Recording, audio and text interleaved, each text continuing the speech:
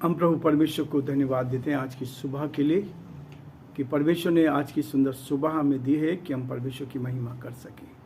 प्रियो, आज की सुबह में इस डिवोशन में आप सभी का स्वागत है, वेलकम है। प्रभु आप सबको बहुत आशीष दे और प्रभु का दया का हाथ आप पर और आपके पूरे परिवार पर बना रहे। मैं आपको लिविंग क्रिश्चियन मूवमेंट फेलोशिप की ओर से आपको धन्यवाद देना चाहूँगा कि आप बराबर हमारे साथ जुड़े हैं, आप हमारी मदद कर रहे हैं, प्रार्थना हमारे लिए कर रहे हैं और सहयोग कर रहे हैं और इस चैनल को, इस डिवोशन को सब्सक्राइब कर रहे हैं, शेयर कर रहे हैं और लाइक भी कर रहे हैं। आपके कमेंट्स के लिए मैं धन्यवाद देना चाहूँगा। प्रभु आप सबको बहुत आशीष दे। आज बुधवार है और मेरा विश्वास है कि प्रभु आज पूरे दिन भर आपकी रक्षा करेगा और आपको सुरक्षित रखेगा।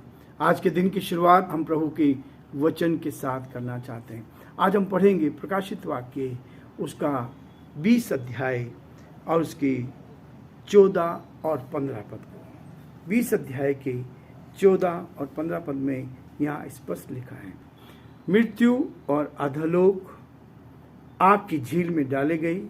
ये आग की झील दूसरी मृत्यु है और जिस किसी का नाम जीवन की पुस्तक में लिखा हुआ ना मिला वह आग की झील में डाला गया। परमेश्वर अपने इस वचन की पढ़े और सुने जाने पर आशीष दे। हम दुआ करेंगे। प्रभु जी, हम आपके हृदय से आभारी हैं आज के सुंदर दिन के लिए प्रभु जो आपने दिया। हम धन्यवादित हैं प्रभु कि आपने इस सप्ताह की शुरुआत होने दी। मंडे से लेकर आज बुधवार के दिन तक प्रभु आप हमारे साथ साथ रहे।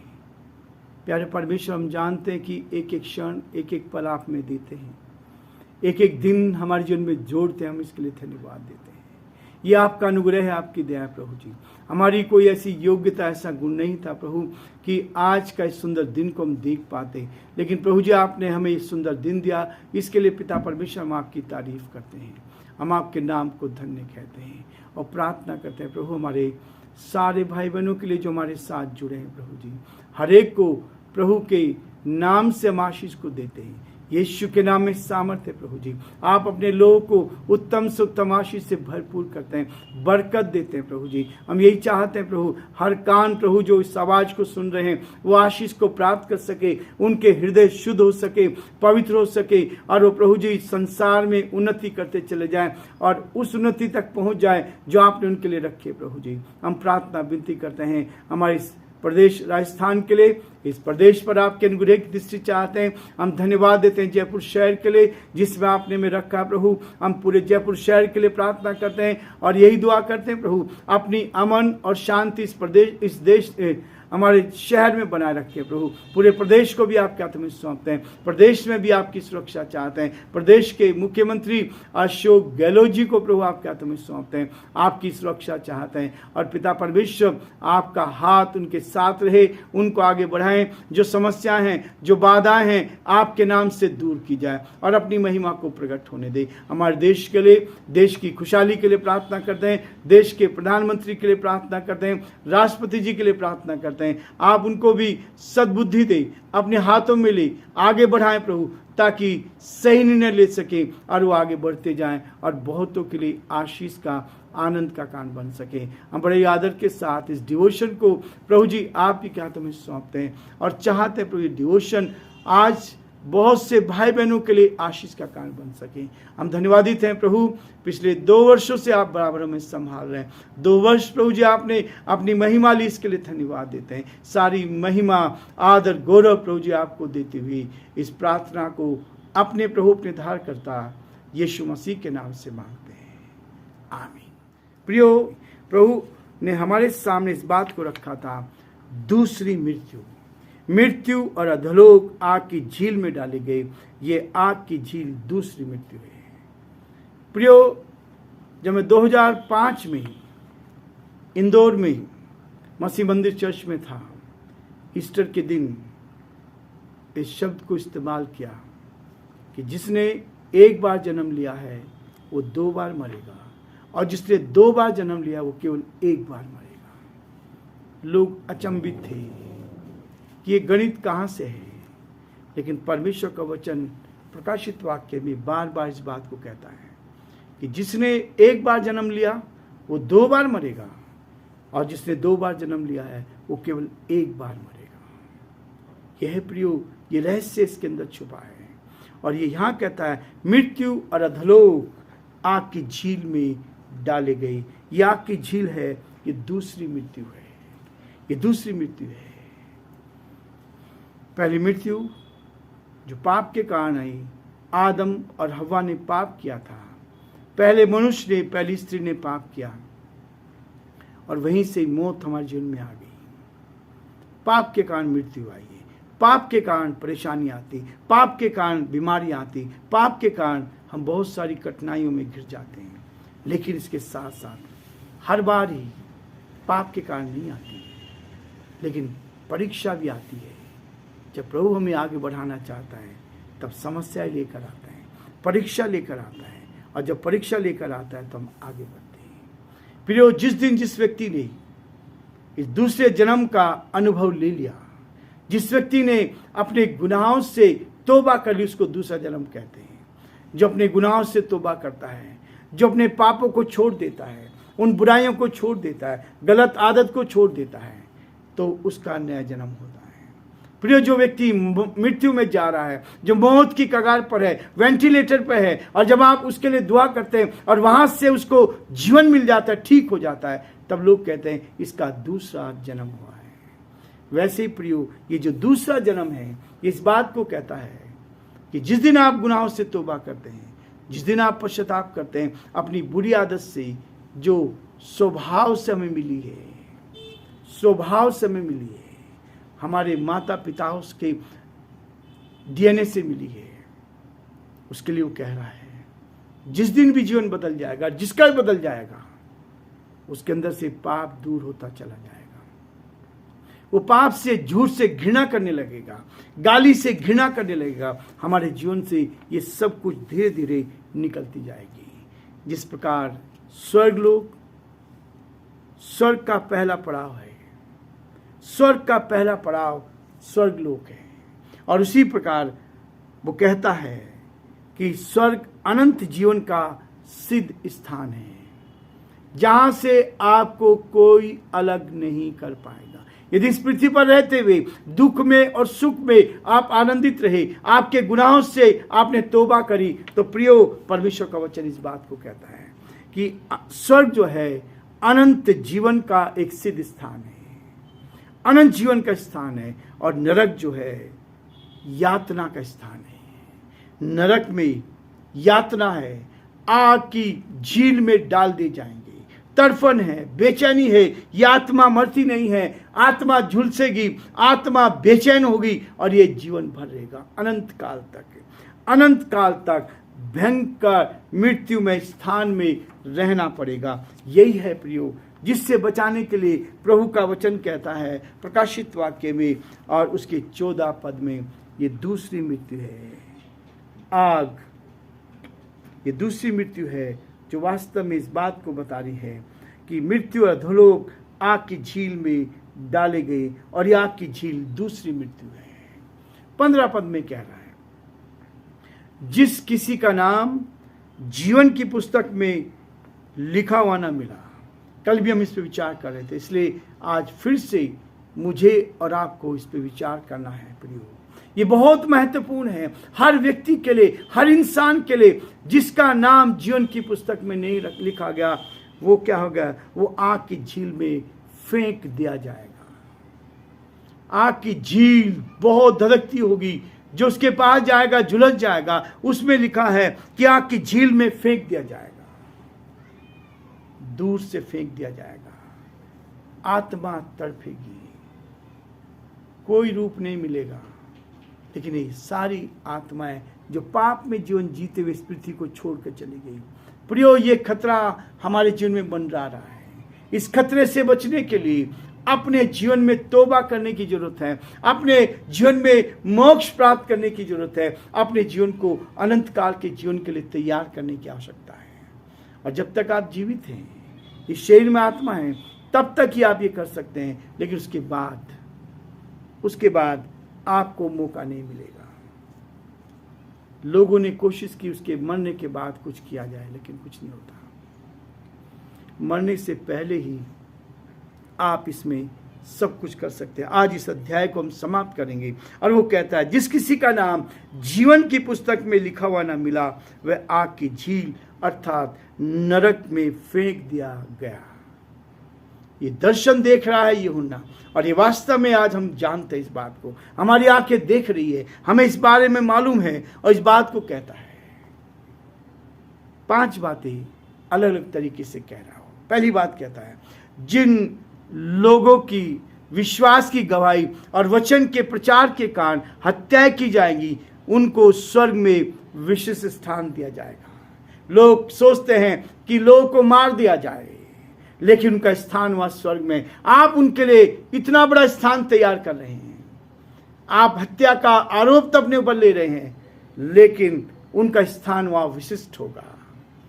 जो लोग जिनकी हत्या की जाएगी, जिनकी गवाहियां इस बात को देंगी कि लोगों ने दुख सहा है, जो दुख सहते हुए परमेश्वर पिता के उस परमात्मा के साथ साथ उसकी सच्चाई के साथ साथ चल रहे हैं, वो क्या होंगे? उनके लिए एक विशेष स्थान होगा। संसार में शायद नहीं होगा, लेकिन संसार से बढ़कर वो वहाँ स्वर्ग में उनके लिए विशिष्ट स्थान मिलेगा।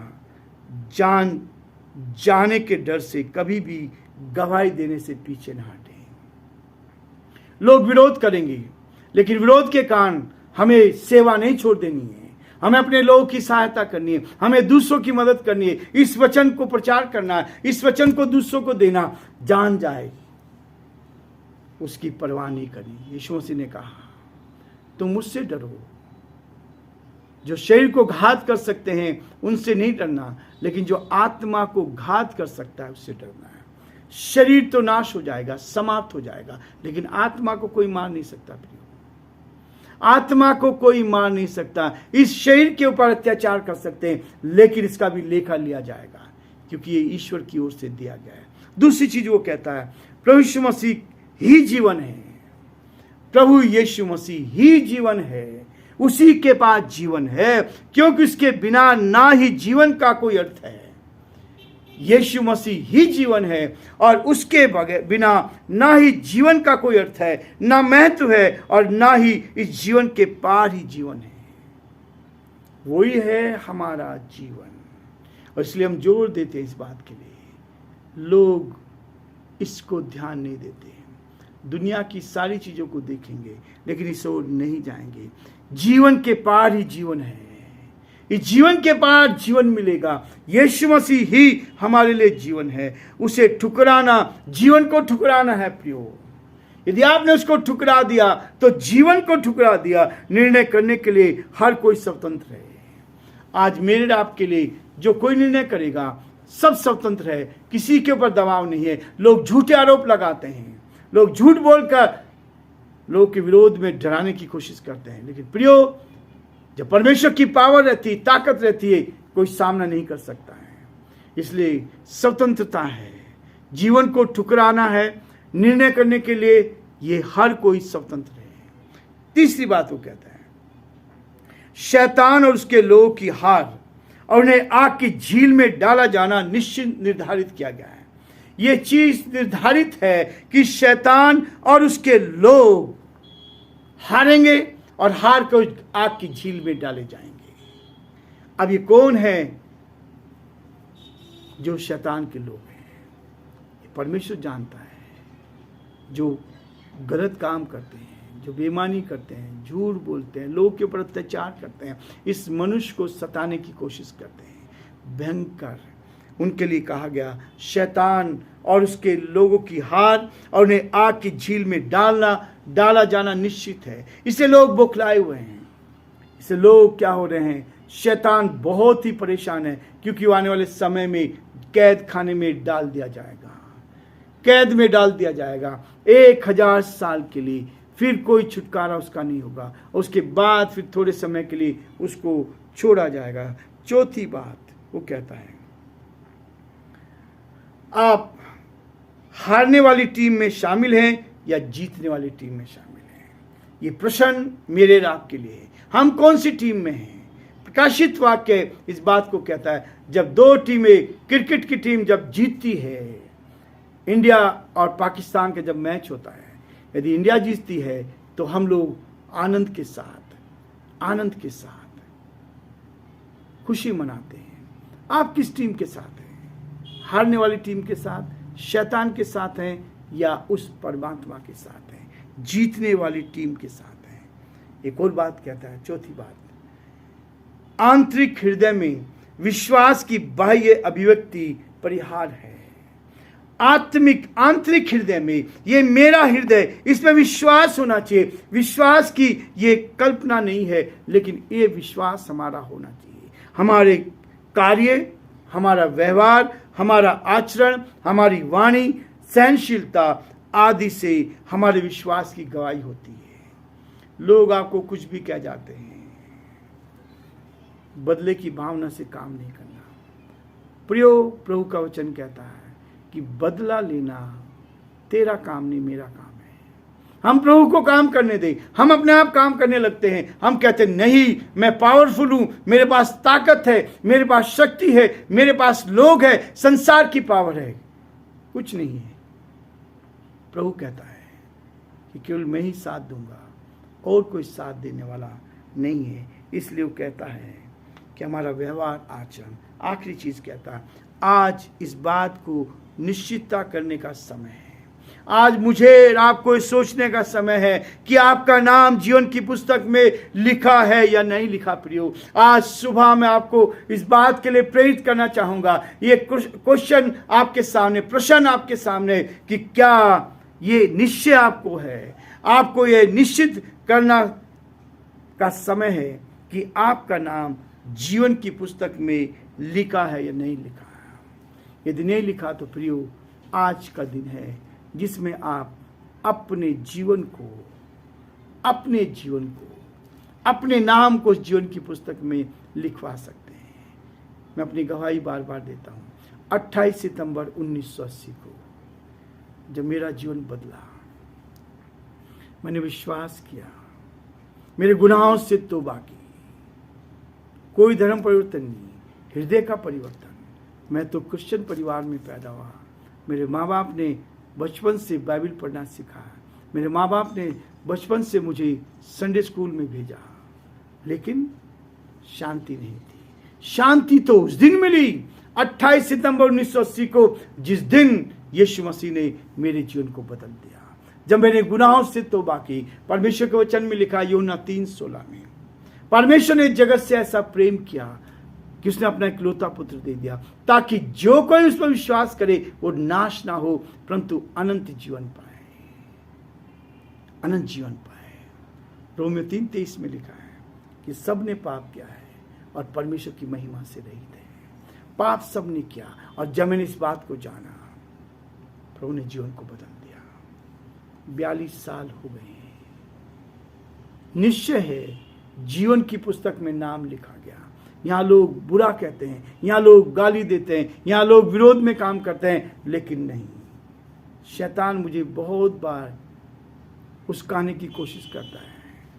तेरे पास बहुत सारी जान पहचान है, बहुत कुछ कर सकता है, लेकिन नहीं, उससे बड़ी जान पहचान कोई नहीं है। इसलिए प्रभु अपना काम अपने तरीके से करता है। इसलिए प्रियो, परमेश्वर का वचन कहता है कि हम प्रभु के साथ बढ़ते जाएं और प्रभु की महिमा करें। आज 20 अध्याय समाप्त करेंगे और कल फिर हम 21 अध्याय को शुरुआत करेंगे, ताकि प्रभु हम सबको बहुत आशीष दे।